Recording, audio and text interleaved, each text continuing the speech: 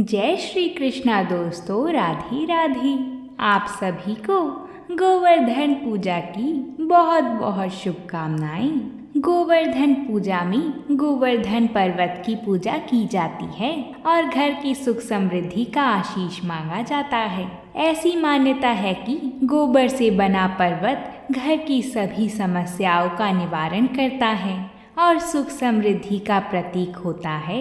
गोवर्धन पर्वत की पूजा विधि पूर्वक करके साथ ही इसकी कथा भी अवश्य पढ़नी चाहिए। मान्यता है कि इस कथा के बिना पूजा का पूर्ण फल नहीं मिलता। आज हम गोवर्धन पूजा की पौराणिक कथा को सुनेंगे, जिसके साथ ही गोवर्धन पूजा संपन्न होती है।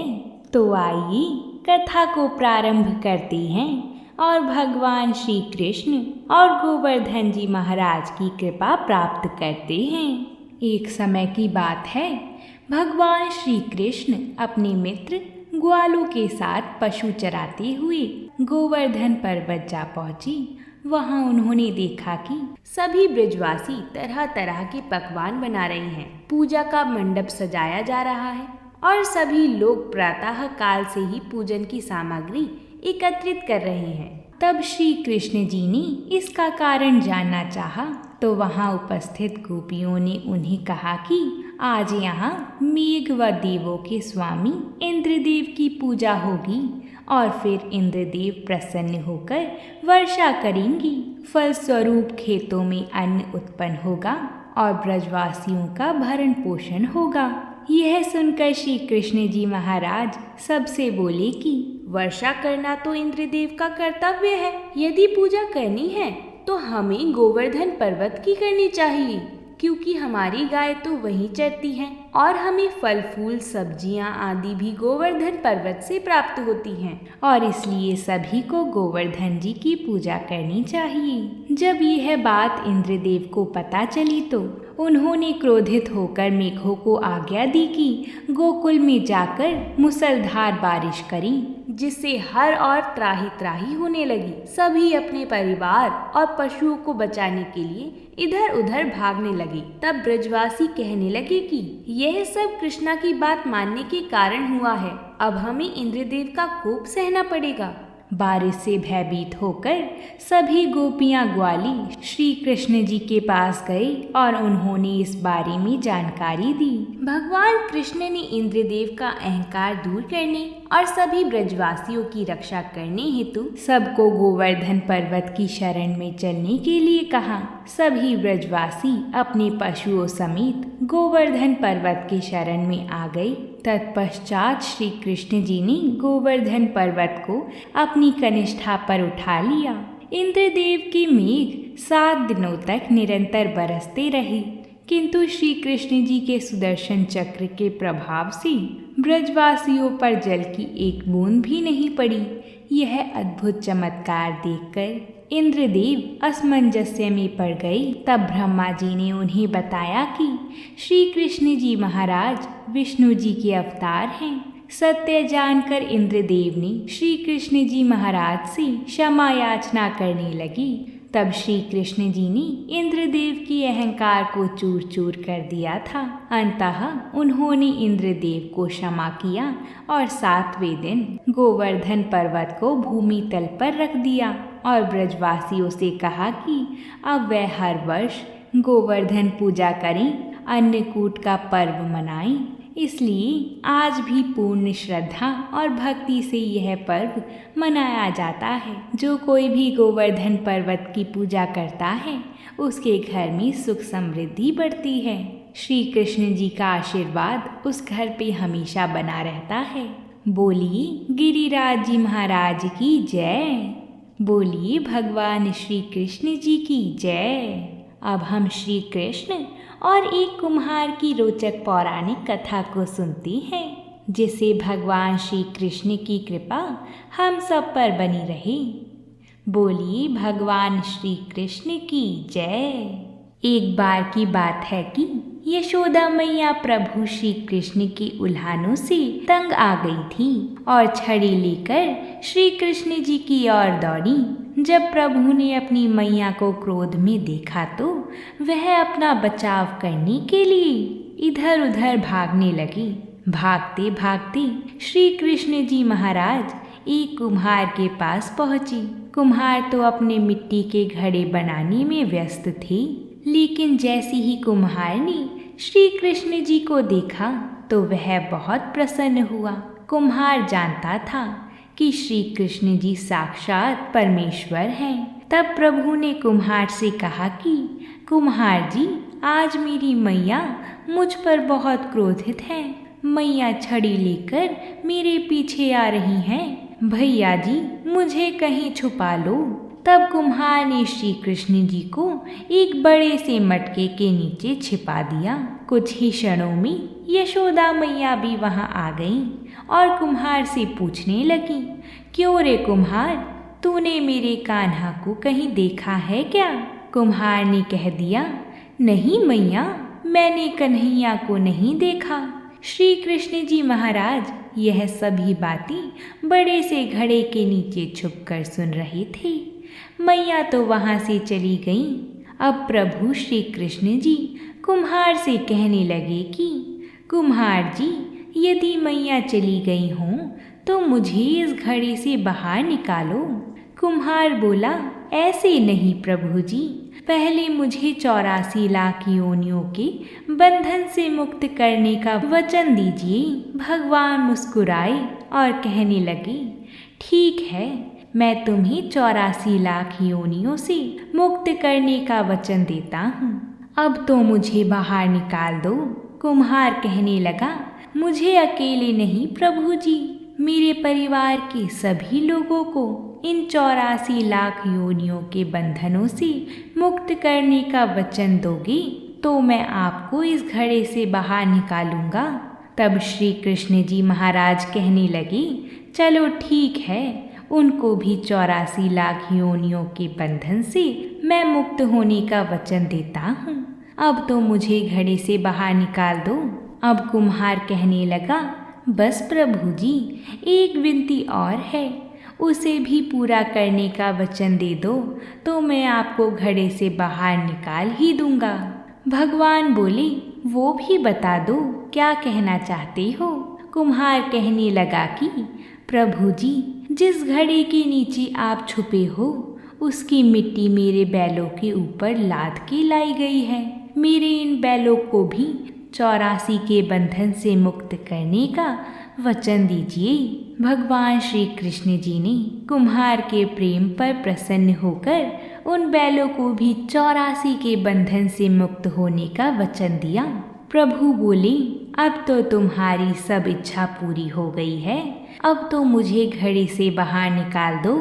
तब कुम्हार कहता है, अभी नहीं भगवन, बस एक अंतिम इच्छा और है, उसे भी पूरा कर दीजिए। और वह यह है, जो भी प्राणी हम दोनों के बीच के इस संवाद को सुनेगा उसे भी आप 84 लाख योनियों के बंधन से मुक्त करोगे।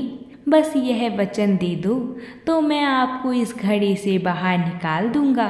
कुम्हार की प्रेम भरी बातों को सुनकर प्रभु श्री कृष्ण जी महाराज बहुत ही खुश हुए और कुम्हार की इस इच्छा को भी पूरा करने का वचन दिया। फिर कुम्हार ने बाल श्री कृष्ण जी को घड़े से बाहर निकाल दिया। उनके श्री चरणों में दंडवत प्रणाम किया, प्रभु जी के चरण धोए और चरणामृत लिया।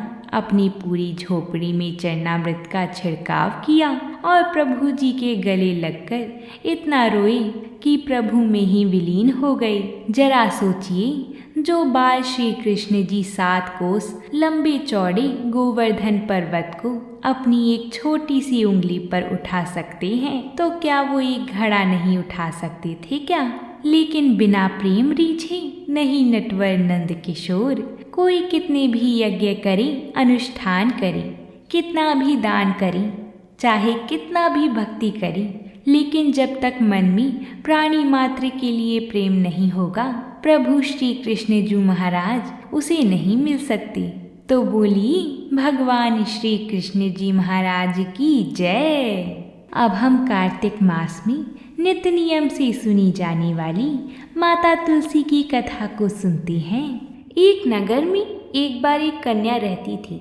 जब वह थोड़ी बड़ी हुई और जब उसको समझ आने लगी, तब से ही वह तुलसी माता जी की पूजा करने लगी थी।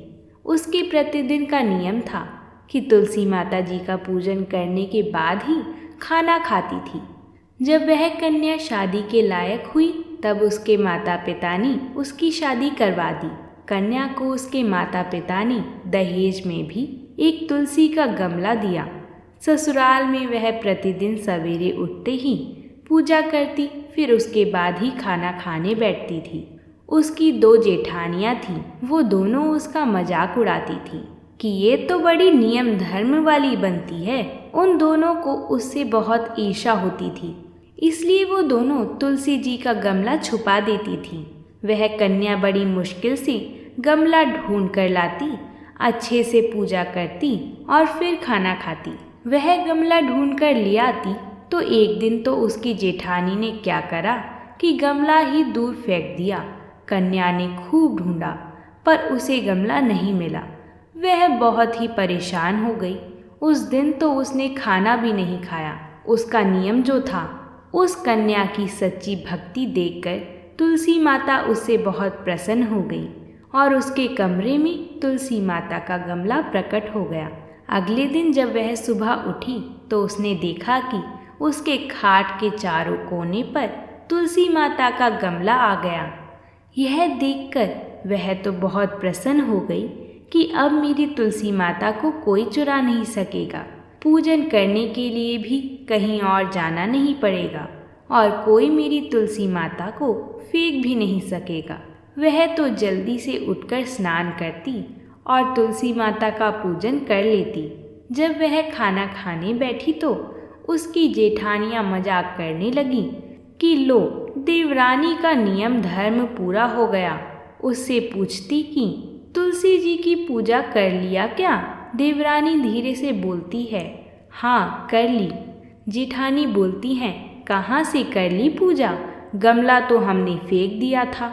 देवरानी कहती हैं कि देख लो, मेरे कमरे में खाट पर ही तुलसी माता विराजमान हैं। जब जेठानियों ने तुलसी माता को देखा तो जेठानियाँ बहुत शर्मिंदा हुई और बोली कि देवरानी, तेरी भक्ति तो सच्ची ही है। हमने तुझे बहुत परेशान किया, हमें माफ़ कर दे। देवरानी उन्हें माफ़ कर देती है। हम भी तुलसी माता जी से यही प्रार्थना करते हैं कि हे तुलसी माता, जैसी कृपा आपने देवरानी पर करी, वैसे ही हम सब पर भी करना। बोलिए तुलसी माता की जय। अब हम एक बुढ़िया माई की कथा सुनेंगे जो नित्य कार्तिक मास में स्नान करने जाया करती थी। इसके बाद हम बहुला गाय माता की कथा को सुनकर इन सभी कथाओं को संपूर्ण करेंगे। इसलिए पूर्ण भक्ति और श्रद्धा पूर्वक इन कथाओं का श्रवण अंत तक जरूर करिएगा। बोलिए भगवान श्री कृष्ण की जय। प्राचीन काल में किसी गांव में एक बुढ़िया रहती थी और वह कार्तिक का व्रत रखा करती थी। उसके व्रत खोलने के समय भगवान श्री कृष्ण आते और एक कटोरा खिचड़ी का रखकर चले जाते थे। बुढ़िया के पड़ोस में एक औरत रहती थी। वह हर रोज यह देखकर ईर्ष्या करती थी कि इसका कोई नहीं है, फिर भी इसे खाने के लिए खिचड़ी मिल जाती है। एक दिन कार्तिक महीने का स्नान करने के लिए बुढ़िया माई गंगा नदी में गई। पीछे से भगवान श्री कृष्ण आए और उसका खिचड़ी का कटोरा रख गए। पड़ोसन ने जब खिचड़ी का कटोरा रखा देखा और देखा कि बुढ़िया नहीं है, तब वह कटोरा उठा करके घर के पिछवाड़े में फेंक आई। कार्तिक स्नान के बाद बुढ़िया घर आई तो उसे खिचड़ी का कटोरा नहीं मिला और वह भूखी ही रह गई। बार बार एक ही बात कहती कि कहाँ गई मेरी खिचड़ी और कहाँ गया मेरा खिचड़ी का कटोरा। दूसरी ओर पड़ोसन ने जहाँ खिचड़ी गिराई थी वहाँ एक पौधा उगा जिसमें 2 फूल खिले। एक बार राजा उस ओर से निकलता तो उसकी नज़र उन दोनों फूलों पर पड़ी और वह उन्हें तोड़कर घर ले आया। घर आने पर उसने वह फूल रानी को दिए। जिन्हें सूंघने पर रानी गर्भवती हो गई। कुछ समय बाद रानी ने 2 पुत्रों को जन्म दिया। वह दोनों जब बड़ी हो गई तब वह किसी से भी बोलते नहीं थे, लेकिन जब वह दोनों शिकार पर जाती तब रास्ते में उन्हें वही बुढ़िया मिलती जो अभी भी यही कहती कि कहाँ गई मेरी खिचड़ी और कहाँ गया मेरा कटोरा। बुढ़िया की बात सुनकर वह दोनों कहते कि हम तेरी खिचड़ी और हम तेरा बेला। हर बार जब भी वह शिकार पर जाती तो बुढ़िया यही बात कहती और वह दोनों वही उत्तर देते। एक बार राजा के कानों में यह बात पड़ गई। उसे आश्चर्य हुआ कि दोनों लड़के किसी से नहीं बोलते, तब यह बुढ़िया से कैसे बात करते हैं। राजा ने बुढ़िया को राजमहल में बुलवाया और कहा कि हमसे तो किसी से ये दोनों नहीं बोलते, तुमसे यह कैसे बोलते हैं। बुढ़िया ने कहा कि महाराज, मुझे नहीं पता कि ये मुझसे कैसे बोल लेते हैं। मैं तो कार्तिक का व्रत करती थी और भगवान श्री कृष्ण मुझे खिचड़ी का बेला भरकर दे जाते थे। एक दिन मैं स्नान करके वापस आई तो मुझे वह खिचड़ी नहीं मिली। जब मैं कहने लगी कि कहाँ गई मेरी खिचड़ी, कहाँ गया मेरा बेला, तब इन दोनों लड़कों ने कहा कि तुम्हारी पड़ोसन ने तुम्हारी खिचड़ी फेंक दी थी तो उसके 2 फूल बन गए थे। वह फूल राजा तोड़कर ले गया और रानी ने सूंघा तो हम 2 लड़कों का जन्म हुआ। हमें भगवान ने ही तुम्हारे लिए भेजा है। हे प्रभु, जिस प्रकार आपने दीन बुढ़िया पर कृपा करी, इसी प्रकार इस कथा को सुनने वाली, कहने वाली और हुंकार भरने वाली सभी पर अपनी कृपा बरसाना। बोलिए भगवान श्री कृष्ण की जय। अब हम भगवान श्री कृष्ण जी महाराज की प्यारी गाय की कथा सुनेंगे और गोवर्धन पूजा की व्रत कथाओं को पूर्ण करेंगे। इस दिन महिलाएं व्रत रखकर गाय और बछड़े की भी पूजा करती हैं। रोटी पर घी और गुड़ लगाकर गाय को खिलाती हैं। कथा सुनने के बाद गाय और बछड़े की पूजा कर सुख शांति की प्रार्थना की जाती है। तो आइए हम कथा को शुरू करते हैं। पौराणिक ग्रंथों के अनुसार श्री कृष्ण जी की लीलाओं को देखने के लिए कामधेनु गाय ने बहुला का रूप धारण किया था और नंद बाबा की गौशाला में पहुंच गई थी। कृष्ण बहुला से बहुत स्नेह करते थे। एक बार उन्होंने बहुला की परीक्षा लेने की सोची। एक बार वन में बहुला चर रही थी, तभी श्री कृष्ण ने शेर बनकर उसके सामने आ गए। बहुला बहुत डर गई। शेर बहुला की तरफ बढ़ा तो बहुला ने हिम्मत करके उससे बोला कि वो उसे अभी ना खाए, घर में उसका बछड़ा भूखा है, उसे दूध पिलाकर वो वापस आ जाएगी। शेर नहीं माना। तभी बहुला ने उसे सत्य और धर्म की शपथ लेकर जाने के लिए अनुमति मांगी। बहुला वापस गौशाला जाकर बछड़े को दूध पिलाती है और फिर जंगल में शेर के पास आ जाती है। शेर उसे देखकर हैरान हो जाता है। तभी श्री कृष्ण अपने वास्तविक रूप में आ जाते हैं और बहुला को कहते हैं कि मैं तुमसे बहुत प्रसन्न हुआ, तुम परीक्षा में सफल रही बहुला। तो दोस्तों, ये थी बहुला गाय माता की कहानी। बोलो बहुला गाय माता की जय। जय श्री कृष्णा। अगर आप सभी को ये कथाएं अच्छी लगी हों तो कमेंट में जय श्री कृष्णा ज़रूर लिखिएगा। आपका एक कमेंट पढ़कर हमें बहुत ही अच्छा लगता है। आप अपना प्यार हमें कमेंट में लिखकर और वीडियो को लाइक और ज़्यादा से ज़्यादा अपने परिवारजनों के साथ इन कथाओं को शेयर करके हमें सहयोग कर सकते हैं। आपके सहयोग से ही हम निरंतर कथाएं लाते रहेंगी और आपको व्रतों से जुड़ी कथाएं सुनाती रहेंगी। तो बोलिए भगवान श्री कृष्ण की जय।